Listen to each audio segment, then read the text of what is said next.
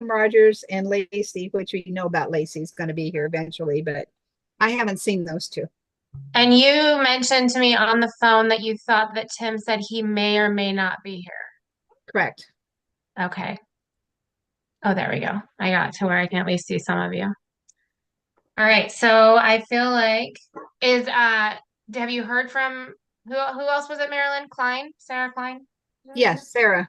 Is she planning on attending? Did you know? Yes, she said she was. Okay. All Uh, right. so All right. Well,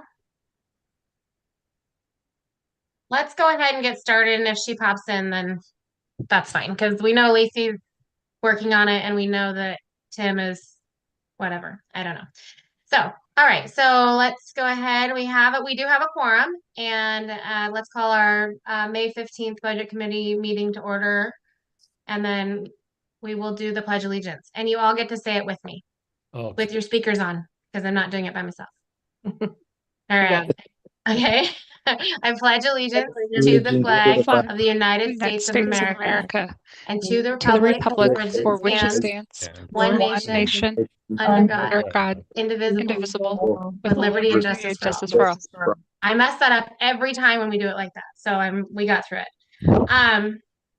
All right, now I need a motion to approve the agenda. I move to approve the agenda. A second. Awesome. All right, all in favor? Aye. I can't see you all, so we're gonna go with somebody can, and we're all in favor. Perfect. Moving right along, we have to elect our budget committee chair. Anybody have any nominations for that or interest in the chair position? I have an idea.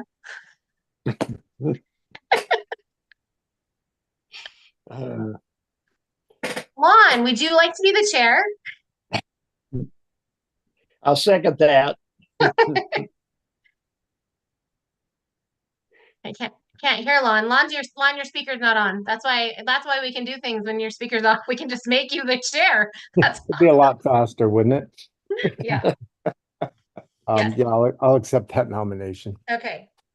All right. So then we need to elect a vice chair as well. Sarah Cox. Oh, look at that. That was awesome. And her speaker's off as well, so she can't say I anything. second. Okay. All right. So that worked out well. Now we don't have to vote on those, right, Marilyn? We just get to elect them.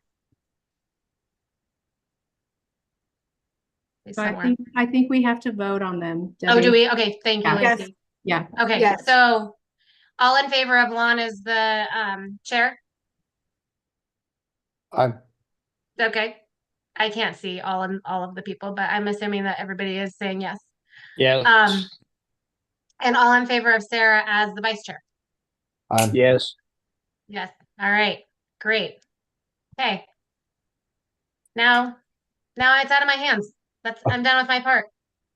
I'll jump in here now then. Perfect. I love that part. Actually, I'm going to jump in so that I can immediately hand it off to Mike, I believe.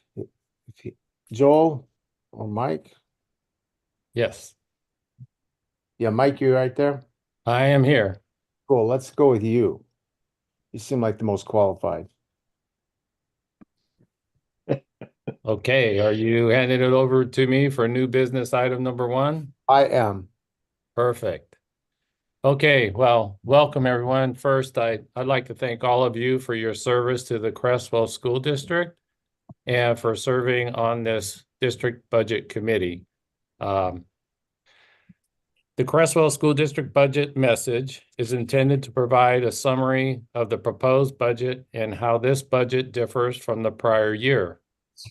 In developing this budget, our focus continues to be on the district's mission to provide a dynamic and innovative learning environment that prepares students for college, career, and life.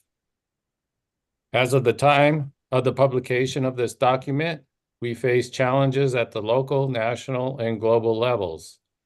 Economic factors are more uncertain and complex than in previous years dating back to pre-COVID pandemic. This budget is built on the official estimate issued by the Oregon Department of Education on March 25th, 2024.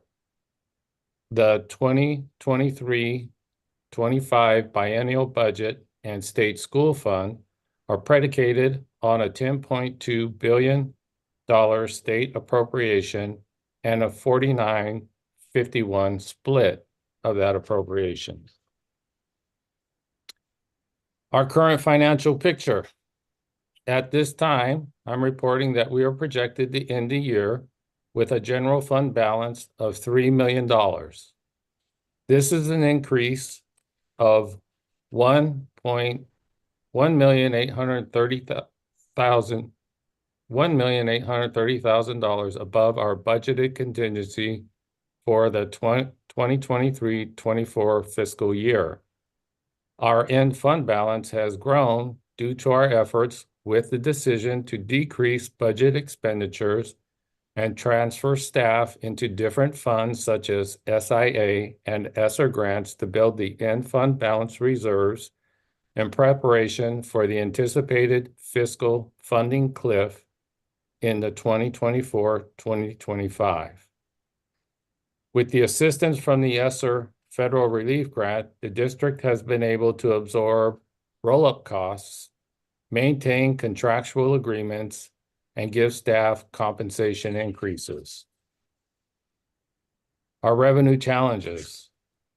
The funding cliff or shortfall is primarily due to significant declines in enrollment, inflationary increases to salaries and benefits, insufficient state funding, and the expiration of the ESSER federal relief grant on September 30th, 2024. Enrollment has declined by 170 students, or approximately $1.7 million in state schools funding since the 2019-20 school year. The majority of the enrollment decline is due to birth rates, which has resulted in low kindergarten enrollment over the past 3 years. Additional factors are homeschooling, transfers to charter schools, and transfers to other school districts. With the loss of the ESSER grant, we are projecting a fiscal funding cliff of $2.1 million at the end of the 2024-25 fiscal year. The state of Oregon did not provide adequate funding for the 2023-2025 biennium to maintain cost increases due to high inflationary rates.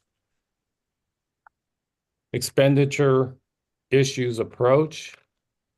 In anticipation of this funding shortfall, for the past 2 years, we have been reducing staffing to enrollment levels through natural attrition via retirements, resignations, and transfers of staff to open positions. We will continue this strategy through the 2024-25 school year. We are also proposing a budget contingency reduction of 1% from 7% to 6% for the 2024-25 budget. In preparation for the 2025 to 2026 budget, we are projecting cuts in staffing and programs to balance the budget. I recommend that we convene an ad hoc finance committee winter of 2024-25 to address the funding challenges that we will face for the 2025-2026 fiscal year. Regardless of the many challenges we face, we are committed to developing a budget that will best serve the students of our community. The district staff are proposing a budget that allows the district to continue current service programs to students and to move forward with our implementation of the continuous improvement plan that was developed by the Creswell community through the strategic planning process in 2022 to address the needs of all Creswell School District students. In addition, we are estimating grant funding to support our strategic improvement initiatives from the Student Investment Account, High School Success, and the Facilities Improvement with the Current Bond, Awesome Grant, and the Seismic Improvement Grants.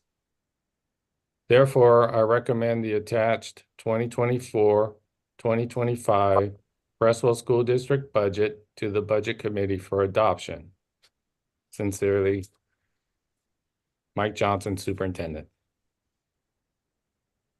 Thank you, Mike. I imagine some of you have questions and I want to get to those with Mike. I will start off with Mike, I'm aware of what the ESSER grant is. That was secondary to COVID and the state got $1 billion and spread it out.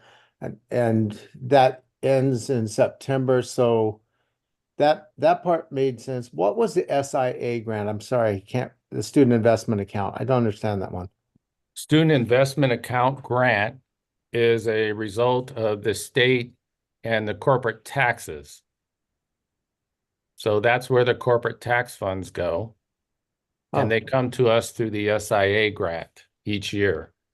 The SIA grant is also based on enrollment. So as our enrollment has declined, so has our SIA grant funds. Thank you. I didn't remember that. Mhm. Okay. Two more questions. We've dropped 170 students, which is a significant number, obviously. What is that trend as of what we saw this year?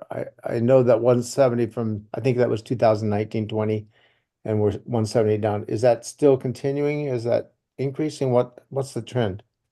So we have seen a trend go from 40 to 25 to 25 in the last 3 years. I believe those are the numbers, but we're looking at 20 to 30 students a year on the downward trend. Our biggest loss was 70 students, I believe, or so in 21, 22.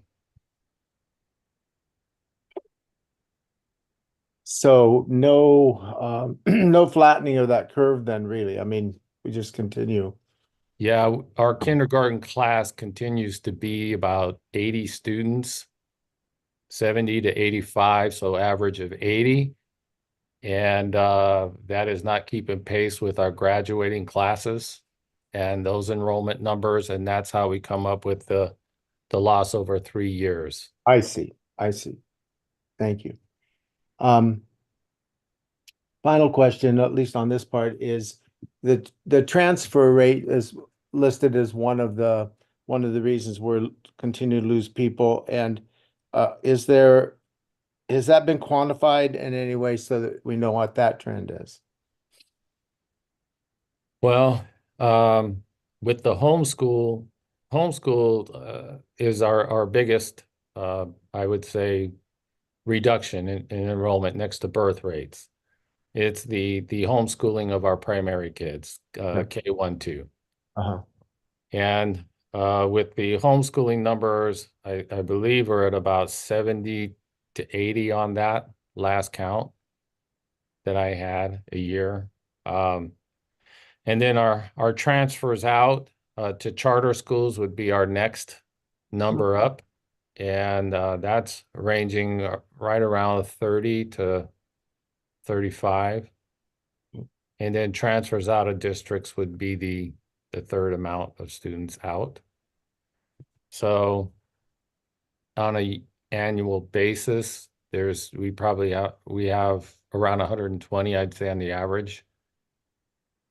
And it's going down because our population is going down. It was higher. But because our population of young students in the district has declined overall, available students to our district. Okay. That's great. Thank you. That answers my questions. Other people, with the screen the way it is, I can't see everybody. So vocally ask your question.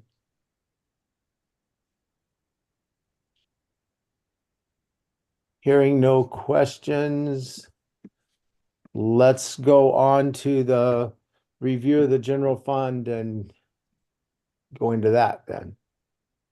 Perfect. I think that's with me then. So Yeah. good evening. For those of you who don't know me, my name is Chanel Green. I'm the business manager. I am going to share this picture that I know you can't see very well, but I wanted to reference it because it was in Mike's budget message, the continuous improvement plan. You can see it on page 4 of the budget doc. But what I have done is just kind of summarized the document here. So we have many strategies and tasks in the SIP plan. But on this slide here, I've summarized them for ones that have financial implications. So things that we have made a one-time purchase and are completed that we won't spend future funds on, curriculum adoption, science 6 through 12, ELA, math, ELD, and suicide prevention, PD and instructional coaching for the implementation of said curriculum. We've integrated technology to be district-wide as a 1:1 student-to-device ratio. And then we've purchased instructional materials and programs to support identified interventions. The next category of implemented tasks and strategies, but also ones that have ongoing or yearly costs that we have built into this budget. Parent Square software for our communication, the new Scratch cooking food program, summer enrichment programs, student success coordinator at Crest Lane, community engagement coordinator at district office, ELD teacher at the secondary level, ELD support staff at Crest Lane, intervention teacher at the middle school, additional staffing at high school to support the CTE programs, additional classified staffing to support small group instruction at the K-3 level, contract with behavior specialists for K-12, providing opportunities for students to earn credits via online or after-hour recovery programs, every student developing a personal education plan, part of CIS, personal finance class for all seniors, which funds the curriculum and a half-time FTE teacher, recognition and incentives for attendance program, iReady, which is an assessment benchmarking tool, PLC and data leadership teams, technology maintenance and replacement, improving and building capacity within health services, and creating a clothing closet and snack, let's say food pantry for all students to access. Things that have not been completed, but are also in the budget to work towards this next year are Crest Lane science adoption and then health curriculum adoption K-12, as well as currently is under review to add additional or new clubs at the middle school to align with the high school. So any questions? Chanel, Lon here. I do have just a general question. In 25 words or less, who develops a continuous improvement plan? A team of a lot of people. That was less than 25. Mike, do you want to speak to that team? So we, these were a result or an answer to the strategic plan that was developed by the community. So we went out to find best practices on how we could implement those tasks that were identified by the strategic planning committee to make improvements for our students throughout our district. And so once they handed it off to us, to the district leadership, then we researched best practices and then implemented the goals and the plans to achieve what had been set out in the strategic plan. Thank you. Sorry about that interruption. I just wasn't sure exactly how that went. Chanel, continue going on. Sorry. Yeah, no, great question. Well, that kind of wraps that up. So moving on to the next agenda item, which was general fund. I'm gonna start with revenue, and I apologize to those who have seen some of this before, but I've been given good feedback on the way it flows. So if it's repetitive, I apologize, but I know there's new people on here too, so I kind of wanted to just break down where the bulk of our general fund revenue comes from. And so local sources are, a big one. We have 4.4 million coming in from property taxes, the county school fund, and the common school fund. We have our state school fund as the largest portion, 10.2 million. And then our beginning fund balance is the third largest, coming in at 3 million.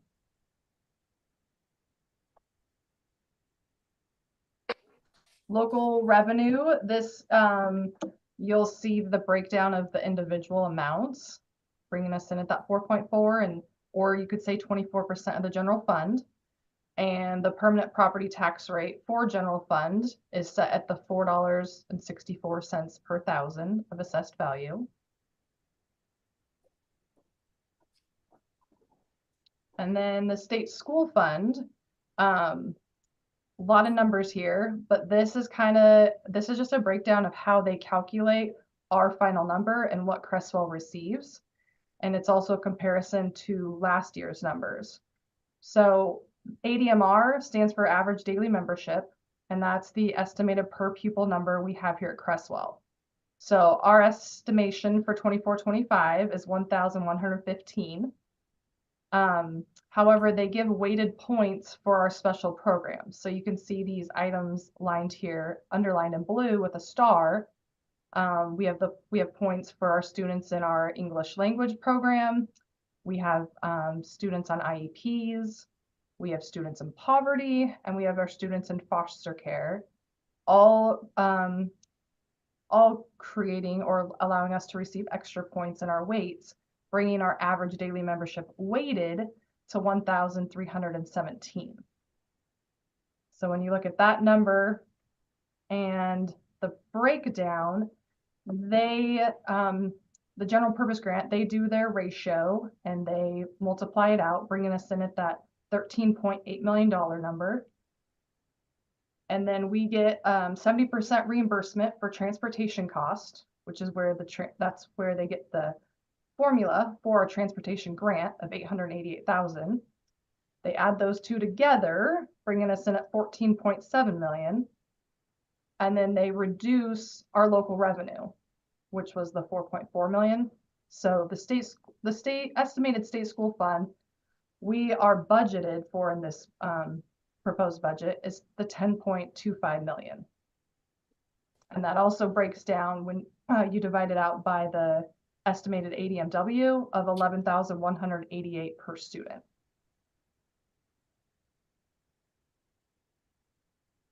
Any questions on that?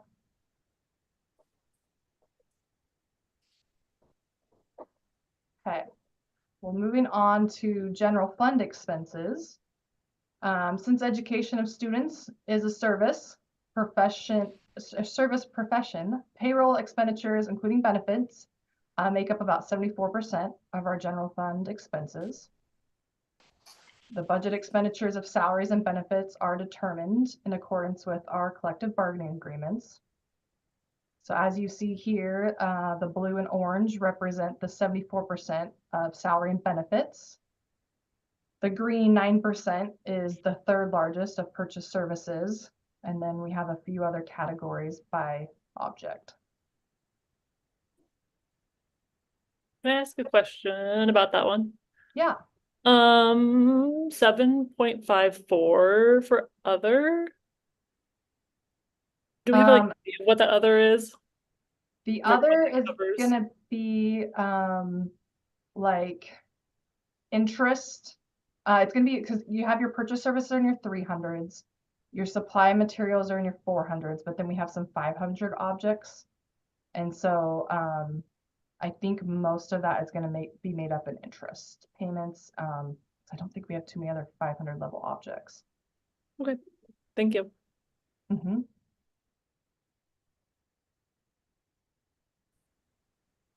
This budget is built on salary and associated payroll costs to increase at an average of 6% across all employee groups. So keep in mind that includes an employee's step for their experience and then the COLA. But again, all payroll increases are negotiated and set by contract. For the 24-25 budget, the increase to salaries, payroll costs, and insurance caps is approximately $1.4 million from the 23-24 budget. So that increase accounts for the 6% that I just mentioned, but it also accounts for the staffing that we took back in from ESSER. And so I put this on here, not because you'll really be able to read it, but you can go see it in the budget book, again, on page 14. I tried to underline them in green because you'll notice some of the functions, which again, this is all general fund functions, but our instruction ones, 1111, 1121, 1131, which makes up K through 12. If you notice the 23-24 budget compared to the 24-25 budget, it doesn't just increase by 6%, which is mostly in those functions is staffing. And so I just wanted to call that out because that's a larger increase, but that's because we had to roll staffing from ESSER back into those functions so that we could keep the same service levels. Because again, we did not cut positions. You'll also notice that the transfer of funds, which is transfer funds from general fund to other funds to support, did increase by 120,000, and I will speak to that in a couple slides. Other changes to note when comparing last year's budget to this proposed budget, decreases that you'll see, the last 2 years, ELA and K-8 math were adopted. This year, 23-24, 9 through 12 math and 6 through 12 science were adopted. So the textbook adoption account did not need to stay at the same level. So we reduced that for the 24-25 budget, as we are only scheduled to adopt K-5 science and K-12 health. Since we have not had significant enrollment increases, we're going to sustain a majority of the supply material accounts, object code 410, if you're looking at the budget book. But we're going to maintain those at the same level as we have the last 3 years. Take note that there was a 25% decrease made in 21-22 to adjust to our decline in enrollment. So that's something we have not moved on, even though supplies have increased, but with our enrollment decline, we just have to strategize somewhere. So our contingency balance has decreased from 8% in 22-23 to 7% in this fiscal year. And now in the proposed budget, we are setting it at 6%. Increases to note, operational expenses such as gas, water, sewage, electricity. We've increased those budget lines. ESSER funds were used to offset cleaning and PPE supplies, but with expiration of that grant, it's necessary to increase custodial supplies. So again, we can provide the same level that we've been providing. Legal services and property and liability insurance have increased their fees. Therefore, the budget has increased for those accounts. And the transfer of general fund dollars to support other funds has increased by 120,000.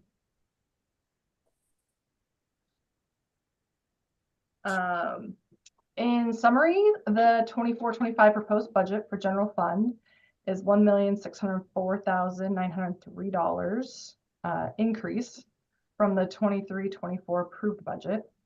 The increased amount is due to property tax revenue, state school revenue, and the beginning fund balance. Any questions on general fund revenue or expenses?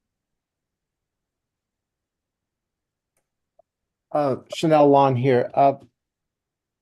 The transfer of funds, maybe you're going to explain that later, but it actually is on my next slide. Oh, okay. All right. Ixnay that question. Just to reiterate, kind of going back even to Mike's statements earlier. So it was something like 2.2 million, I believe, with the ESSER funding somewhere in that neighborhood, right? And the predominant thing that you paid for with that was elementary salaries, it seems. Is that correct? There was of the 3 functions between elementary, middle, and high, we did have the largest amount of staffing transferred from general fund ESSER in K-5, yes. Is that just a bookkeeping decision? I just didn't understand. I don't really quite understand how the ESSER fund. That is exactly it, because it really there's no rhyme or reason for who it had to come from. It was just had to come from staffing somewhere. So instead of pulling people from every building and then having more transfers Right. to go back, it was easiest to take it out of one function. And at the middle and high, you have multiple functions among subject areas. Right. So Okay, perfect. And then this is an odd question, I realize, but bargaining, Mike, was that last year that with bargaining with the unions is that, I can't remember what year. We we bargained 2 years ago. Uh-huh. And So we are just coming out of a 2-year contract agreement with our certified folks, and next year we'll be coming out of a 3-year agreement with our classified association. so negotiations will start next year, next fall-ish? We're bargaining this year with our certified association. Next year, we're bargaining with our classified association. Thank you. I appreciate that. Chanel, I apologize again for my, no, your questions are great. And I can stop every slide, or I can just kind of stop at the end of each section. So, or someone can just shout that they have a question. did anybody else have any questions for Chanel on the general funds information?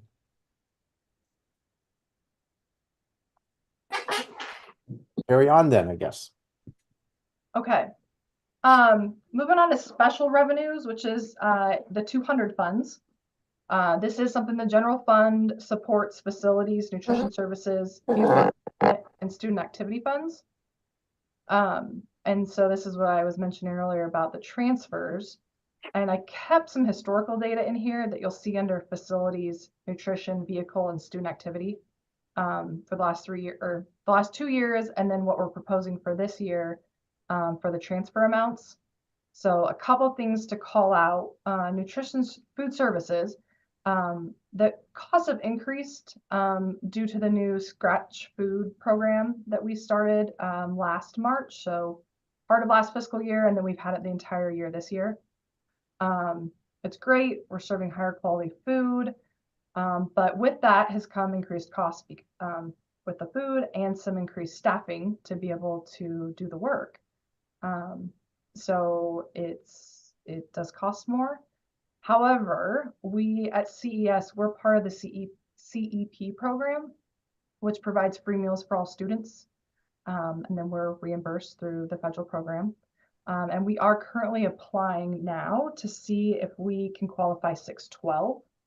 I'm very hopeful because I received some feedback that it's looking like we might get that. So if we can go to K-12, that will be great. However, we have to build this budget now, and we need to balance out at 0. So I set that at 100,000. Hopeful that maybe we won't need as much, but if we do, it needs to be there so that we can serve kids food. So that's that one. The other one I want to call out was vehicle replacement, because you can see there's a $50,000 increase from this year to next. But we were approved for new buses, and we take delivery of 2 of them come July 1. So currently we have 3 buses on loans. We pay one off this June in this fiscal year, but next year we will make the last payment of the other 2. And then we'll have the first year of these 2 new buses. So we have this one overlapping year where we have a double payment essentially. And so that is the reason for the increase. When it comes to the student activity fund, that's kind of self-explanatory because that's payroll. And so again, with COLA and STEP experience, payroll goes up for our staff that gets stipends for the extracurricular work. Chanel, I have a question here. Yeah. So special revenue so these grants are like Title I, Title II, IDEA. Is that Yes. encompassed here? So do we have staff that maybe was covered under ESSER funds previously? Like, did they get covered? Did they roll into this grant funding? All of our ESSER grant funded staff rolled into general fund. Okay. Because we do have staffing that's paid out of Title I. We have staffing paid out of IDEA, and we have staff paid out of SIA and high school success. Those 4 major grants, I think that's actually all the grants that pay for staffing, but they have been fully expended. They were this year, they were last year, and so there was no room to roll anybody into there. So everybody that was in ESSER came into general fund. Thank you. Yeah.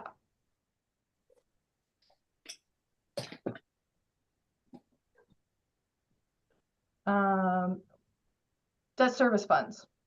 So debt service fund for the 2013 B Go bond has a repayment total in 24-25 of $1,532,223. The 24-25 year is one of 3 last payments to fill the repayment in full of the 2013 B Go bond. The debt service fund for the new 2023 Go bond has a repayment total in 24-25 of $170,000. This payment will significantly increase in 27-28, which is after the 2013 B Go bond is fulfilled. So the total bond repayments in 24-25 we will need to make for debt service is the $1,702,223. We also have our PERS debt service. That totals $488,749.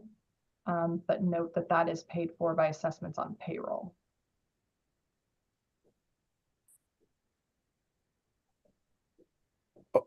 I think you just answered my question on PERS debt service. The PERS debt service, you just said comes out of payroll? I guess. Yes. I can't. No, I realize, I'm sorry, this always confuses me. I realize that we make a PERS payment per every employee and all of that. I get that.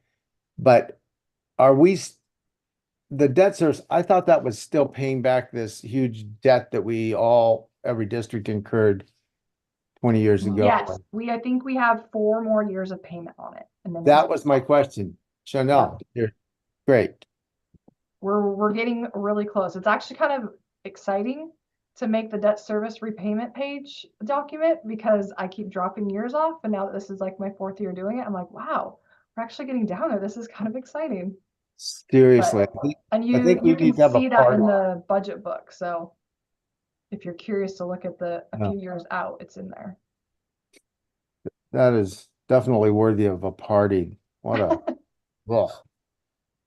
Nasty. Gosh, Chanel, you nailed so many of my questions.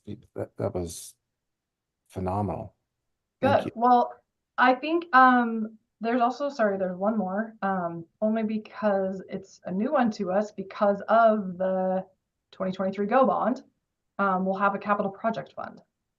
So I just wanted to call out that the 2023 Go bond provides us $18,012,315 in funds to budget for identified bond projects. 85% of those dollars, which equals the 15 million, must be spent by September 2026. So this is the first year you'll see this in the budget, and you'll see it for a couple more years to come while we work through these bond projects. Question about the bond. Not so much bond. Love the bond. Are we anticipating that with the facilities improvement, our property insurance will increase? And do they assess that at a certain time, like once everything's complete? Property insurance? Wasn't That is a great question. I'm gonna write that down. I mean, it's a future problem, but I'm just curious. No, it is a great question because I actually talked with them about their rate increases that have been pretty significant last year and this year, but I did not think on that angle, so I will ask.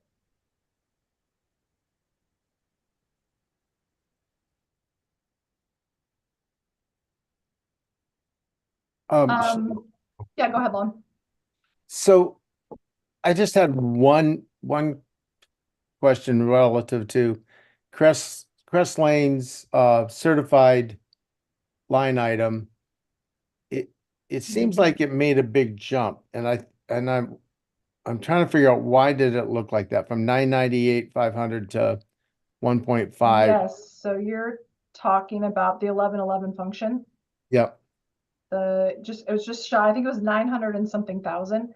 Yeah. That's the majority of the licensed staff that were transferred to ESSER were from that function. I believe we had 9.0 FTE to be specific. That this year in 23-24 were being paid for out of ESSER, but they're the same teachers that were in the 22-23 budget being paid out of general fund. Yeah. But Okay. that was the group that were the lucky ones that we picked to put to ESSER, and now we're bringing them back. So it just flipped out and then flipped back in. Yeah, Got it. Thank you. I should have known that. Thank you. no problem.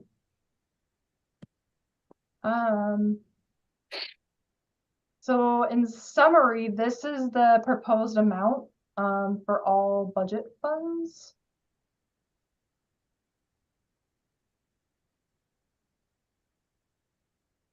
Does anyone have any questions or want to talk any more about specific funds?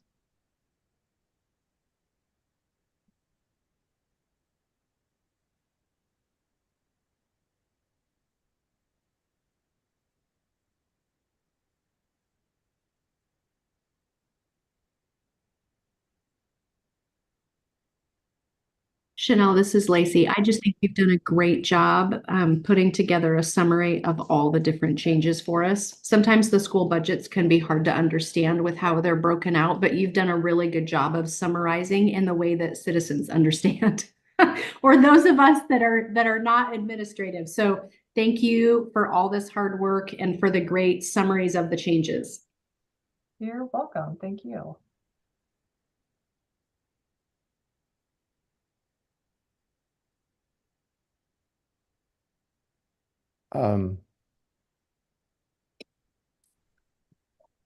We can actually jump right into the action part of our committee. I want to make sure that particularly the people that are members of the public that are not on the board have an opportunity to jump in. Most of this year after year after year, you start to, or I start to figure it out, but it's always a little confusing, and I think it's really important that we all leave feeling at least reasonably comfortable that we understood what happened here. Going back again to Mike's statement, the ad hoc finance committee, I think you discussed it perhaps next year. Just to, maybe this is redundant, but I think your point is we're going, because of the 2 grants and frugality of everybody, this next year looks reasonable, relatively reasonable. But the year following, without some major changes or some significant changes, I should say, from state funding, could be a big hit. Is that an accurate statement? Yes. And me, I would love to be on that ad hoc committee. I just, I know that to some people that's sounds boring, and I hope that the whole budget committee can be on that. I can see how that might be a real necessary thing for the public to really fully grasp and understand where things might end up going.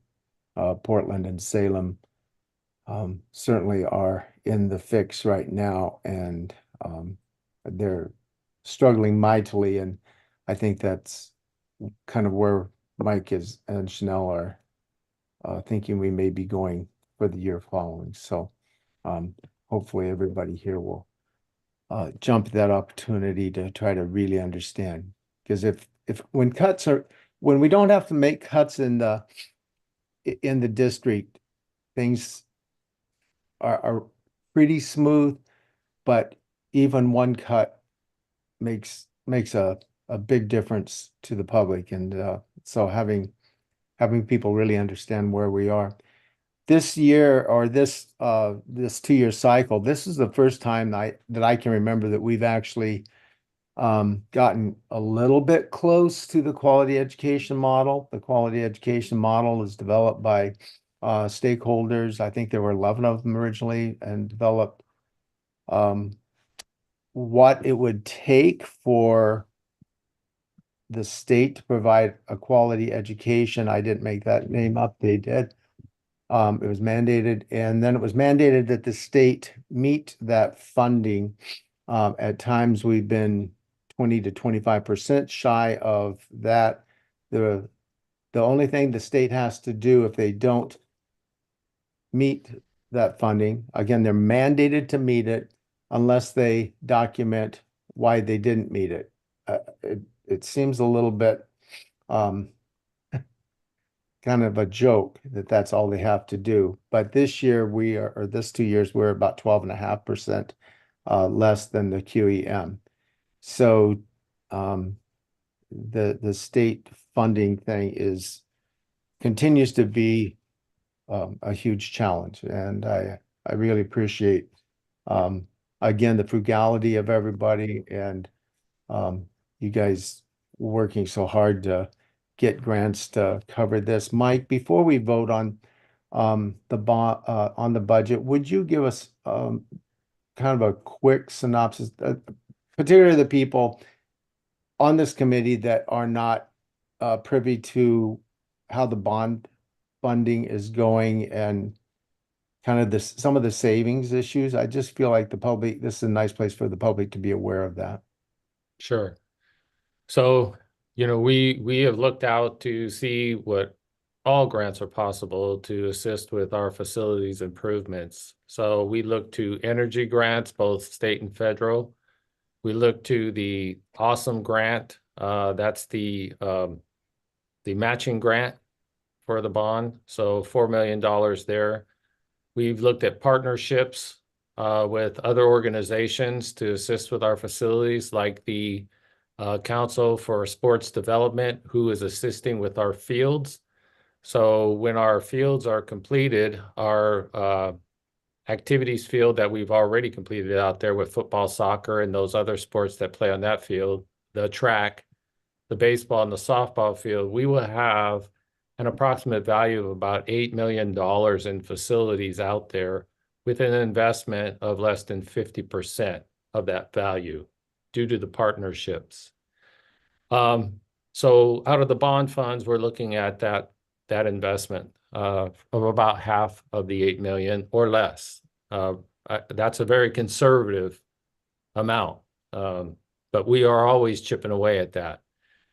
And then we have the seismic grants that we are applying for to pepper in throughout our district to assist with our building improvements, renovations. So we got 2.5 million that we invested, or a $2.5 million seismic grant for Creswell. And out of the district offers, we put in about 600,000. The total value of that coming out of it was around 5 million, 4.5 to 5 million for Creswell.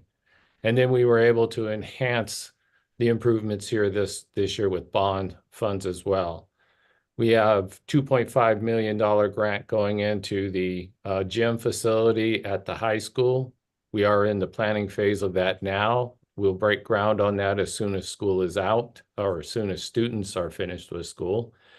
But to enhance the development or the renovation of that building, we'll match in about $1.5 million out of the bond with that. So that'll give us a $4 million value of that building or more. Actually, it's more than 4, it's 4.5 to 4.8, with a total investment from the district of right around 1.5 million. We just received an official letter from the state that we've received the second seismic grant for the high school campus for the academic building of $2 million. So we'll start the planning process of the $4 million value of renovation for that building the following summer. So that's how we're working with the bond funds to make improvements throughout the district. Our goal is to get $10 million in seismic grant funds over into our school buildings to complement that with our bond funds to make improvements across or to actually remodel the high school campus. So those are the kinds of things. And then there are additional grants that we go out for instructional materials and or safety. We do get into some of the safety grants that might be available through the National Rifle Association, the NRA.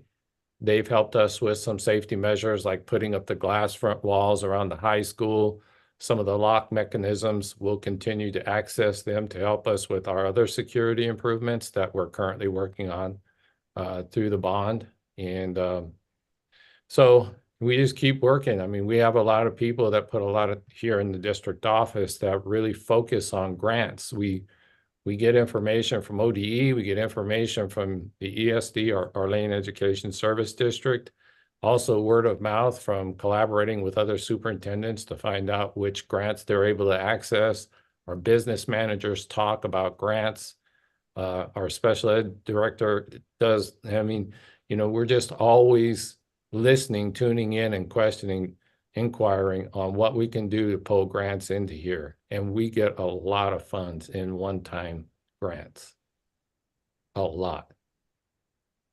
So fair to say that so far you're about 2 for 1 as far as dollars used and the bond for the benefit. I mean, it just seems like over and over I hear, you know, that we're getting at least twice as much as we're having to pay for out of the district, and by utilizing and integrating all of these different activities and grants. So again, thank you, Chanel, thank you, Mike, and thank you, school board, for going that direction. It seems amazing to me, the savings that have been made so far, so that we can keep chipping off that long, almost never-ending list of trying to improve and make this place safe, secure, and a good learning environment. So thanks again for doing that. I have a technical question that I don't know the answer to. The public has been invited to this, but I don't know that they have an opportunity to ask any questions, and I wouldn't know how they would do that. Can somebody describe that? Joel? Yeah, that was actually, it's set up that they do that at the public hearing, which happens after you guys advance this to the school board. Okay. So that is referenced in the posting that was put out. For this Okay. meeting. Okay. Thank you. That's helpful again for us that don't know exactly all those procedures. We do also invite people to make comments on our info web address, and there was no comments tonight. So. Okay, super. Thank you. Before we go to the budget motion, I want to make sure that everybody's had an opportunity to ask questions and feels comfortable moving forward. So. Can I ask one more question? See, Lon, you just say that and then I ask another question. That's perfect. Just a point of clarification. I'm just trying to understand it. I noticed in the budget object summary, there's I think it's Fund 371 and 373, which is like a tuition. We're paying tuition. Is that, I'm interpreting that as like the state pays, like their state is seeing it as funds to Creswell, and then Creswell has to pay it out if students transfer out of the district. Is that the right interpretation of that fund? Those object codes are actually for under special services, because I think, is it under function 1250 that you're looking at? Let me go back to the book. I don't know. I already closed the book. No worries. I'm pretty sure the 371 and 373 is there's only budgeted an allotment under the 1250, which is our SPED program. And so those are our students that have an alt placement.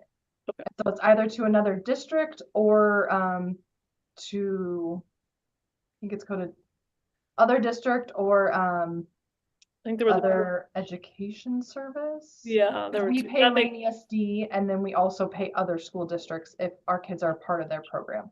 Gotcha. So Perfect. Thank you. I also want to say thanks to Mike and Chanel and everybody who's working on leveraging those the school bond money. I just that you leverage that to gain grants is commendable, and I appreciate that work. So thank you. absolutely. I did, Lon, if it's okay, I wanted to point out on this that this 18 million that's here and in the budget, that is the amount we were given for the bond from our loan. And so you'll notice that full amount is being budgeted for 24-25. Although if you've noticed, we've done a lot of work this year, but none of those bond funds have been touched yet because it's all going to the Awesome Grant first. So Oh, great. Actually, that's really helpful. Thank you. I wasn't aware of that. And the number of bills are just around the corner, so. yes. Got it. No, that's great. I would have figured that out maybe. Okay. Hearing or seeing no hands raised or people voicing their questions, I will go ahead and make a motion to approve the 2024-25 proposed budget and assess the permanent tax rate. Move that the 2024-25 Creswell School District proposed budget be approved as follows. The general fund at $18,314,035. Debt service at $2,440,980. The capital projects at $18,648,700. Special revenue grants, $6,802,050. Facilities, $988,000. Nutrition services at $765,825. Vehicle replacement, $300,000. Student activities, $439,440. Student body, $680,000. Scholarships, $35,200. Total of all funds is $49,414,230. I further move that the permanent tax rate of $4, I'm going to read this, $4.6426 per $1,000 of assessed value be assessed in support of the general fund. Anybody? Second that? Yes. Excuse me, Lon. Yes, Marilyn. I didn't hear a second. If someone made a second, I didn't hear it to your motion. Yes, I was Who just made going to ask for that. So Oh, excuse me. that's okay. That's great. Second, anybody? I'll second. This is Lacey Lacey. Rizal seconds. Any questions before voting? All those in favor of the motion say aye. Actually, raise your hand, please, in the screen so we can see it.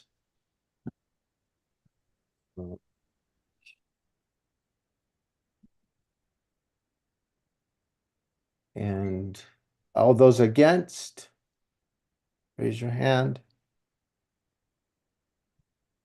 Okay, just because I want to make sure that we are clear on this, all those in favor say aye. Aye. Aye. Aye. All those opposed say. Hearing no opposition and everybody in favor, the motion passes. And we can send this off to the hearing. All right. Thank you, Lon. I appreciate you.